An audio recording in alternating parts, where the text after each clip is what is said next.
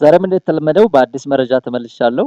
የዛሬው መረጃ እንግዲህ ብዙ ኤግዛጀሬትድ ሆኖ የተጋነነ መረጃን ለማድረስ ያህል ነው። ስለ ፖሊ ማርኬት $5 በሪፈራል እንደሚከፍል ያው ብዙ ቪዲዮዎች ተሰርተዋል። ስለዚህ እሱ ላይ ምንድነው እውነታው?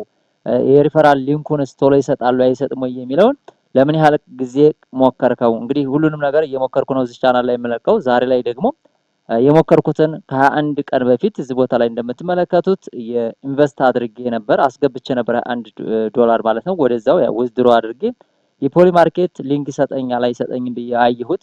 እንደምትመለከቱት እንግዲህ ስቲል አፕሊኬሽን ኢን ሪቪው ነው።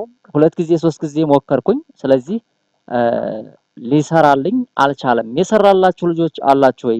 ዲስክሪፕሽን ቦክስ ላይ ይሰራል በሉኝ። የእናንተንም ልፋት ለመቀነስ ነው። እንግዲህ ይሄንን ዊዝድሮው አፕሊኬሽን ብላችሁ እንደገና መሞከር ትችላላችሁ፣ እንደገና መሙላት ትችላላችሁ። ኤአይ ላይ እንግዲህ የተሻለ በዚህ መልኩ አስተዋውቃለሁ የምትሉበትን ኢቭን የሶሻል ሚዲያ ሊንክ አስቀምጫለሁ። ብዙ ነገር የቀረው ነገር የለም። ስለዚህ ምንድነው ያደረጉት? እስካሁን ድረስ ፔንዲንግ ነው የሚለውና ከዚህ ቀደም ያው እንግዲህ ፐርፕሌክሲቲ ላይ ደግሞ ተከፍያለሁ። ስለዚህ አካውንቱም አዲስ አካውንት አይደለም፣ ሁሉን ነገር ያሟላ አካውንት ነው። ነገር ግን እስካሁን ድረስ የሪፈራል ሊንኩን ላገኝ አልቻልኩም።